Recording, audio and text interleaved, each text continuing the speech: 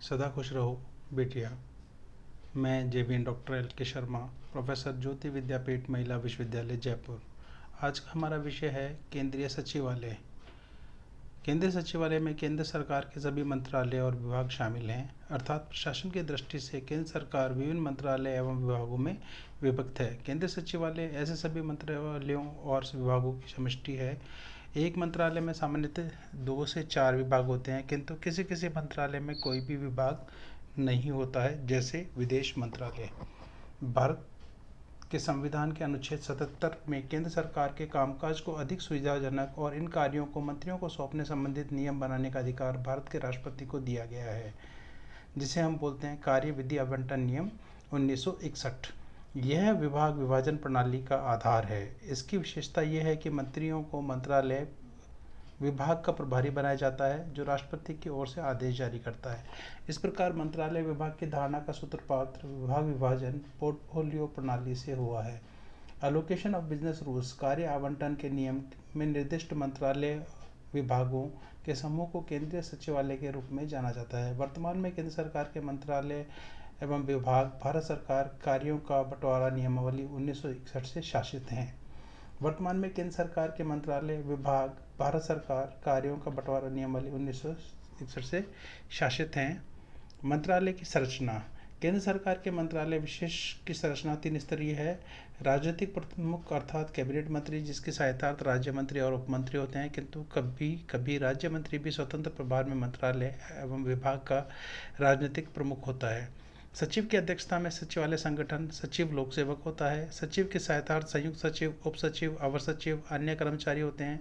इस प्रकार सचिवालय संगठन में 2 विशेष घटक अधिकारी और कार्यालय कर्मचारियों को निर्देशित और नियंत्रित करने तथा लिपिकीय कार्यों को संपादित निष्पादित करने के लिए होता है। विभाग प्रमुख की अध्यक्षता में कार्यकारी संगठन होता है। इन विभाग प्रमुखों को विभिन्न पदनामों से, जैसे निदेशक, महानिदेशक, महानिरीक्षक, आयुक्त, महानिरीक्षक, मुख्य नियंत्रक आदि के नाम से जाना जाता है।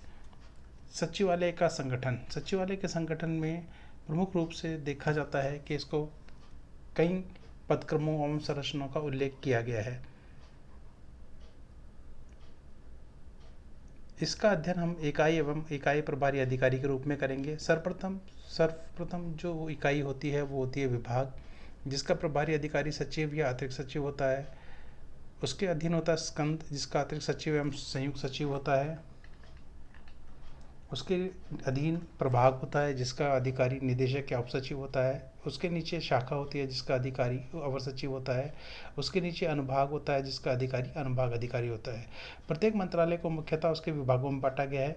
प्रत्येक विभाग स्कंदों में, प्रत्येक स्कंद प्रभागों में एवं प्रत्येक प्रभाग शाखाओं में बांटे होते हैं। प्रत्येक शाखा अनुभाग में बटी होती है। अनुभाग, जिसे कार्यालय कहते हैं, किसी मंत्रालय या विभाग की सबसे छोटी और सबसे निचले स्तर की इकाई होती है। केंद्रीय सचिवालय की भूमिका और कार्य। सचिवालय एक स्टाफ एजेंसी है। इसका कार्य भारत सरकार को उसकी जिम्मेदारियों और कर्तव्यों के निर्माण में सहयोग करना एवं सहायता करना होता है। यह सरकार के लिए सूचना भंडार स्वरूप है, जो विगत की कार्यवाही और कार्यों में प्रकाश में पावी नीतियाँ, उभारती समस्याओं तथा वर्तमान कार्यकलापों की जाँच कार्य में सरकार की सहायता करता है। किसी विषय पर सरकारी स्तर के लिए जाने वाले निर्णय से पहले विषय की विस्तृत जांच परख का काम सचिवालय द्वारा किया जाता है। शासकीय की पुस्तिका के अनुसार सचिवालय द्वारा मंत्रालय विभागों से जुड़े निम्नलिखित कार्य किए जाते हैं। मंत्री को नीति निर्धारण करने तथा समय समय पर आवश्यकता अनुसार उनमें संशोधन करने में मदद करना, विधान तथा विनियम तथा विनियम बनाना, क्षेत्रीय नियोजन तथा कार्यक्रम निरूपण, मंत्रालय विभाग के कार्य संबंधित व्यापक का बजटीय प्रावधान और नियंत्रण, संचालनात्मक कार्यों और योजनाओं और उनमें संशोधन से संबंधित प्रशासनिक और वित्तीय अनुमोदन देना अथवा लेना। कार्यपालक विभागों, अर्ध स्वायत्त मतलब गैर सरकारी या अर्ध सरकारी कार्य क्षेत्रीय एजेंसियों द्वारा नीतियों और कार्यक्रमों के संचालन तथा परिणामों का मूल्यांकन, नीतियों की व्याख्या तथा और उनके बीच समन्वय स्थापित करना, सरकार की अन्य शाखाओं की सहायता करना तथा राज्य प्रशासन से संपर्क बनाए रखना। मंत्रालयों और विभागों, इसके कार्यपालक एजेंसियों, इन दोनों कार्मिकों सांगठनिक क्षमता विकसित करने के उपाय करना, मंत्री की संसदीय समितियों की जिम्मेदारियों के निर्वहन में सहायता प्रदान करना। केंद्रीय सचिवालय के अंदर ब्रिटिश प्रणाली के अनुसार एक कार्य प्रणाली भी चली आ रही है। जिसका विवरण प्रमुख रूप से निम्न प्रकार है।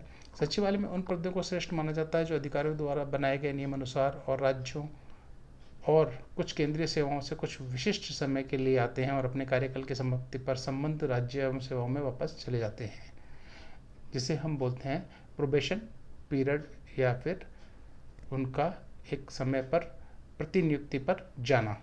सरकारी शब्दावली में इस कार्यप्रणाली को कहते हैं। इस प्रकार कार्यप्रणाली के अंतर्गत प्रतिनियुक्ति पर प्रत्येक कर्मचारी एवं अधिकारी केंद्र सचिवालय में निर्धारित अवधि के लिए कार्य करता है, जिनका सचिवालय में अलग अलग पदक्रम होता है। ये पदक्रम होता है सचिव एवं संयुक्त सचिव के लिए 5 वर्ष, उप सचिव के लिए 4 वर्ष, अवर सचिव के लिए 3 वर्ष। भारत में कार्यकाल प्रणाली की शुरुआत वर्ष 1905 में भारत के तत्कालीन गवर्नर जनरल लॉर्ड कर्जन द्वारा की गई थी।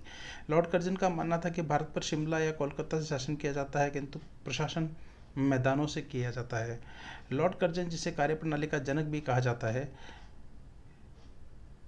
के विश्वास के फलस्वरूप ही कार्यप्रणाली की शुरुआत हुई। ब्रिटिश शासनकाल में गठित निम्नलिखित समितियों और आयोगों ने कार्यप्रणाली का समर्थन किया था।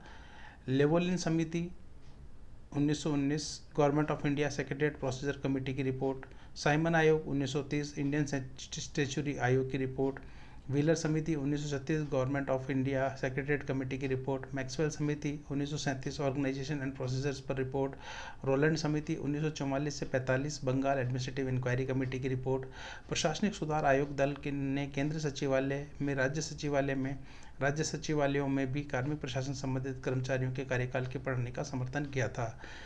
ये सभी महत्वपूर्ण जानकारियाँ केंद्र सचिवालय के विषय में थी। धन्यवाद।